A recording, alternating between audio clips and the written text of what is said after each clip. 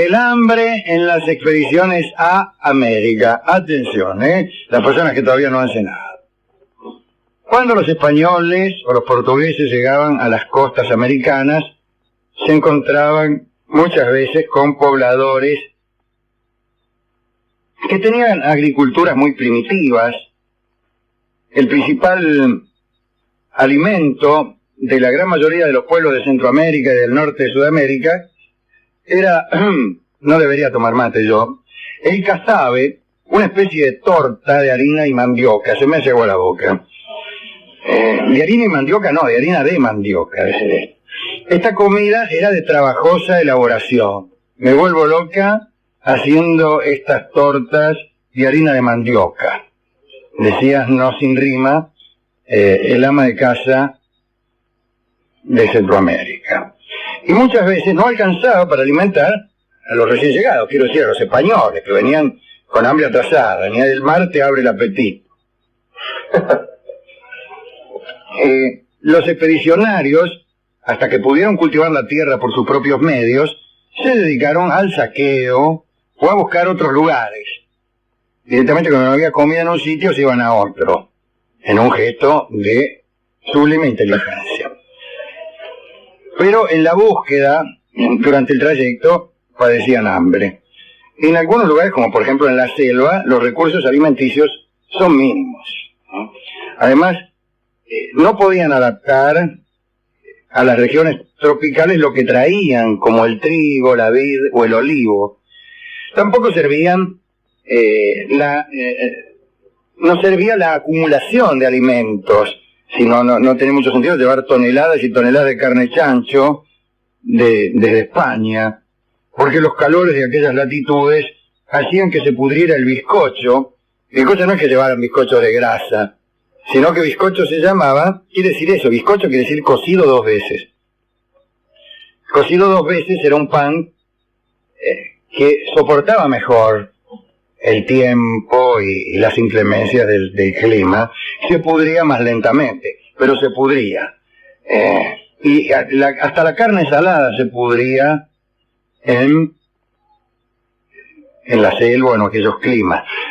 Se pudría en este sentido, lo utilizamos en su lectura literal y no metafórica, ya que para muchos de nosotros pudrirse uno consiste en aburrirse. En este caso no. Pudrirse un bizcocho consiste no en un bizcocho aburrido, sino en un bizcocho podrido. Bien.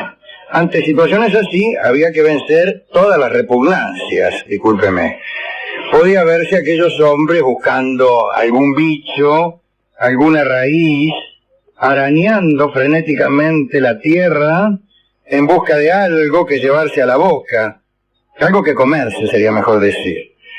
Cuenta Ulrico Schmidl, aquel cronista que estuvo aquí mismo, no en la bodega del Tortoni, sino en Buenos Aires, que los conquistadores devoraban plantas sin saber si eran venenosas y que muchos terminaban retorciéndose furiosos y cayendo al suelo sin sentido, es decir, envenenados. O al menos eso conjeturaba Schmidl. Cuando encontraban alguna población solidaria, no solitaria, sino solidaria, se producían unos hartazgos alimenticios que también eran peligrosos. Claro, los tipos venían de 20 días corriendo la liebre y se encontraban con unos indios amigos que les convidaban torta de mandioca y se comían 70 empanadas. Se me dirá, hemos dicho que había torta de mandioca y no empanadas. Pues mira, con el hambre que tengo me parecían empanadas, es mi respuesta.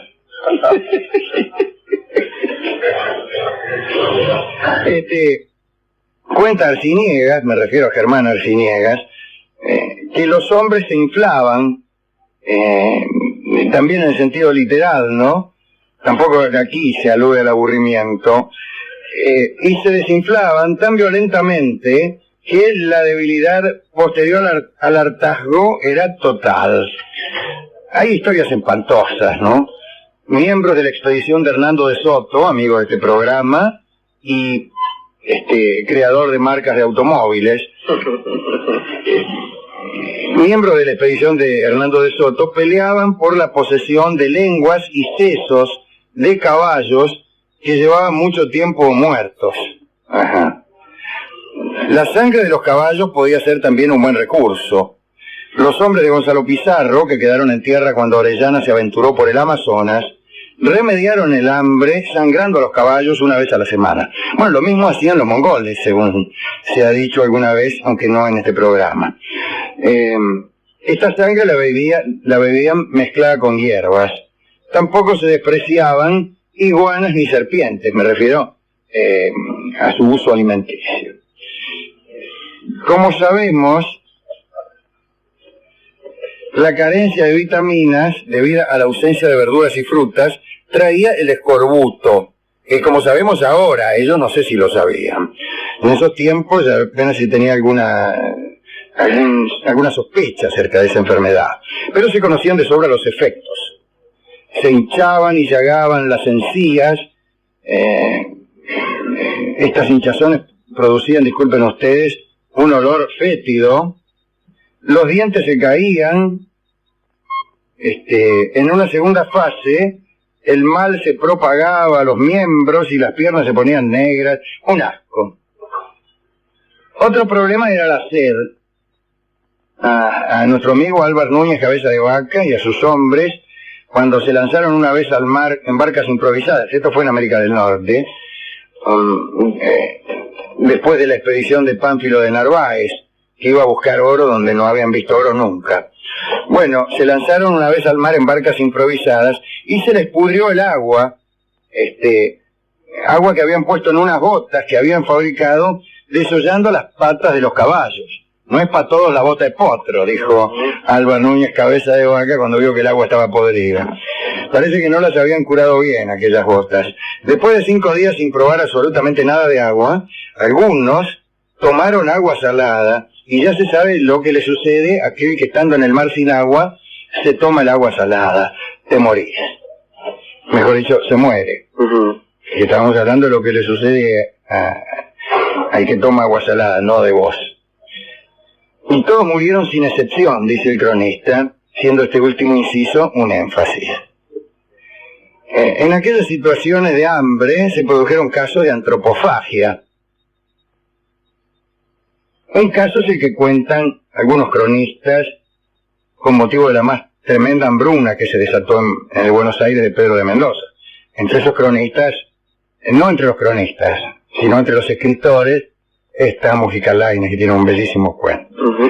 Dicen que el hambre fue más terrible que el que se produjo en el Darién de nuestro amigo Pedrarias. Allí en Darién se desplomaba muerta la gente por la calle, pero Schmidl glosó esta situación. Dice Schmidl, la gente no tenía nada que comer, era tanta la pobreza y el hambre que no había bastantes ratas, serpientes ni otros bichejos inmundos para aplacarlo. No quedaron ni zapatos, todo se comía, lo único que se guardaba eran los caballos. Y sucedió que 3 españoles robaron un caballo y se lo morfaron. Entonces se los atraparon y sometidos a tormento confesaron la falta. Los ahorcaron. Aquella misma noche, otros españoles, esto es lo que cuenta Mujica, ¿no? Se juntaron y fueron al cadalso, donde estaban ahí los ahorcados, y se los comieron. También fueron ajusticiados, pero se procuró esconder los cadáveres para que no continuara todo aquel espanto, incluso hasta dejar sin habitantes a Buenos Aires. Diego González Baitos, un soldado de aquella expedición de Pedro de Mendoza, se comió a su hermano durante el asedio indígena que se sufrió en junio de 1536. Uno que la pasó mal fue Álvaro de Aguilar, ya estamos en otro lugar, ¿no? En el año 1513 se dirigía de Santo Domingo al Darién y su nave encalló. Unos días más tarde, los indios encontraron a Aguilar junto a sus hombres y le ofrecieron algo de comer. Durante casi 2 meses los indios alimentaron a la 30 de náufragos hasta que los españoles decidieron fabricar una balsa para llegar al Darién. Empezaron a navegar, pero fue un desastre aquella travesía. ya iban 2 meses de navegación y la mitad de los pasajeros se había muerto.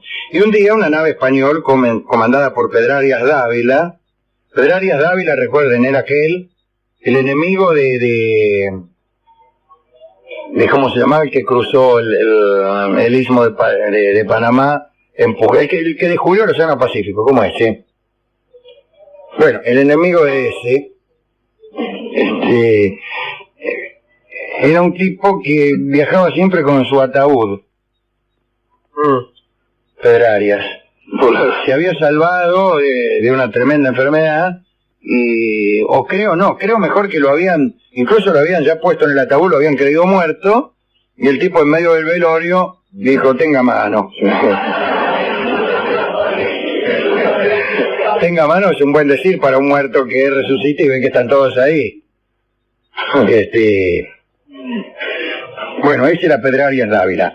Pedrarias Dávila venía con un barco y lo encontró a Álvaro de Aguilar y a todos los que estaban en la balsa, que eran pocos porque ya habían muerto algunos. Ese mismo día, en la balsa habían jugado a los dados quién iba a ser comido. Y le había tocado justamente al toledano Álvaro de Aguilar, no sabés lo contento que estaba, cuando apareció Pedrarias. Sacaba la mayonesa. Se salvó con el hilo en una pata, por no decir otra cosa. Bien, de un grupo de soldados de Jiménez de Quesada, estaban perdidos en la selva, sabemos que, desesperados por el hambre, se morfaron a sus auxiliares indios. Y hasta conocemos sus nombres, su nombre y su menú. El escopetero Cristóbal Martín se devoró un muchacho, Juan Ramos Cordero y Juan Justo asaron a una india joven. Última historia, el capitán Íñigo de Vascuña, después de una batalla en la que había sido vencido por los indios, escapaba herido con los pocos soldados que le quedaban a través de la selva. No tenían más alimento que unos palmitos amargos que encontraban por el camino, y en un momento Vascuña no resistió más y le pidió a sus soldados que acamparan junto a él y no lo abandonaran. 3 días acamparon, pero Vascuña no se recuperaba. Entonces decidió comunicarle a su tropa que podía rajarse. Solo 2 guardias se quedaron junto con algunos sirvientes indios. Al mando de la tropa siguió Juan Portillo. Los soldados ya habían recorrido un par de kilómetros cuando se dieron cuenta que se habían olvidado un yesquero, un encendedor, elemento para encender el fuego. Y volvieron. Mejor dicho, Portillo mandó a 2, vayan a buscar el yesquero, dice. Bueno, poco antes de llegar, los 2 mandaderos oyeron los gritos de Vascuña. Se apuraron y al llegar encontraron a uno de los guardias que estaba cortando a uno de los sirvientes para comérselo. Y los enviados de Portillo salieron rajando. Se volvieron y le contaron a Portillo y al resto de la tropa lo que habían visto, y los otros se fueron. Así que no es que volvieron y pusieron justicia,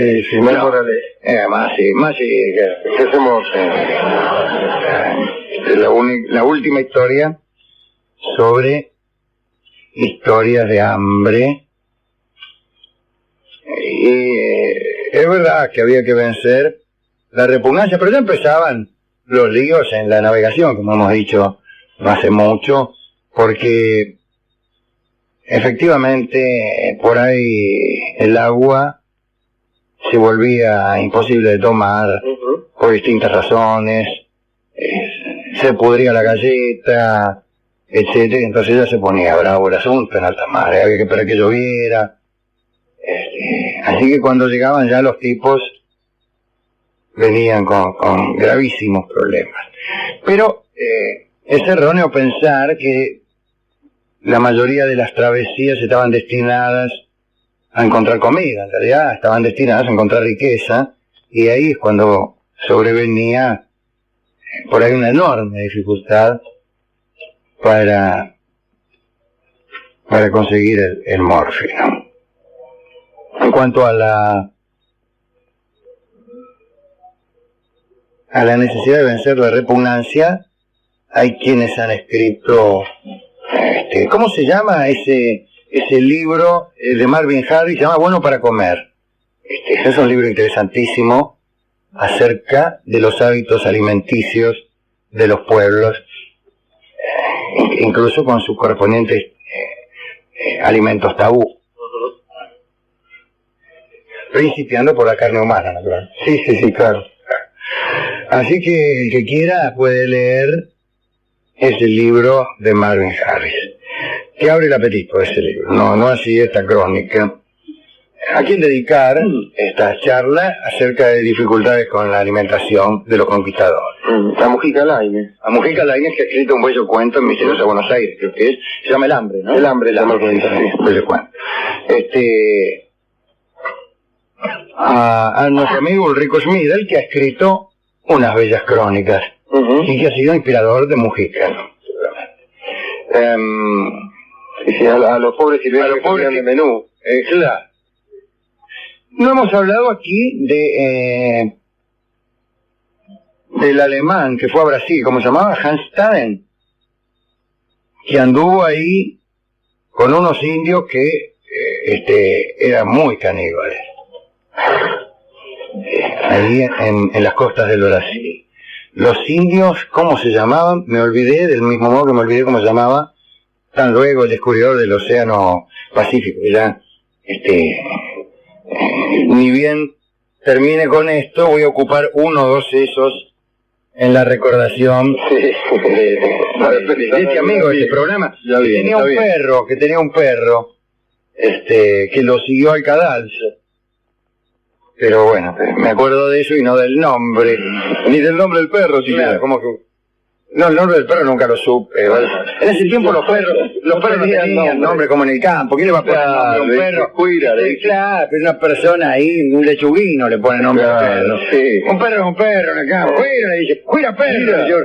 ¿Cómo le va a poner? Salga de ahí. Claro, esos nombres que le dice Chuchi o Atilio. Un gaucho tipo curtido mire que le va a poner nombre. Por los amaneceres, por la helada y la pampa seca. Le va a andar poniendo manchita al perro. Nada, que lo llaman la chifla. Y cuando le echan le encaja una patada. ¿Qué necesita, nena? Bueno, y este tipo mucho menos. Hemos pedido discos sobre el descubrimiento del Océano Pacífico, sobre Pedrarias Dávila, sobre Vasco Núñez de Balboa, que así se llamaba. Claro.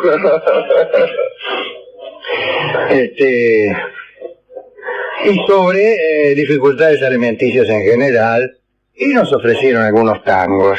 Nos ofrecieron pucherito de gallina, pan, y otros tangos más bien apetitosos.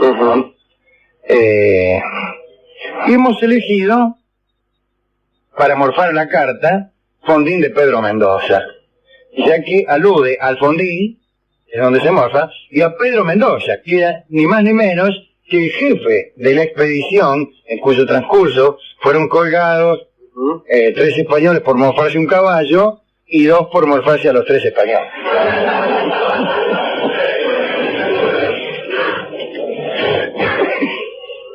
Así que, dedicado a Pedro Mendoza y al Fondín, Carlos Gardel canta este extraño tango de Raúl de los Hoyos, que era un autor que escribía tangos muy raros. Viejo Rincón, que es un tango raro, es también de Raúl de los Hoyos, también lo es Sonza, y es un autor fuera de las 40 del mazo, que no se acomodaba mucho a lo que se usaba. Y este bello tango, este raro tango, es de Raúl de los Hoyos, y lo canta Carlos Gardel. Adelante.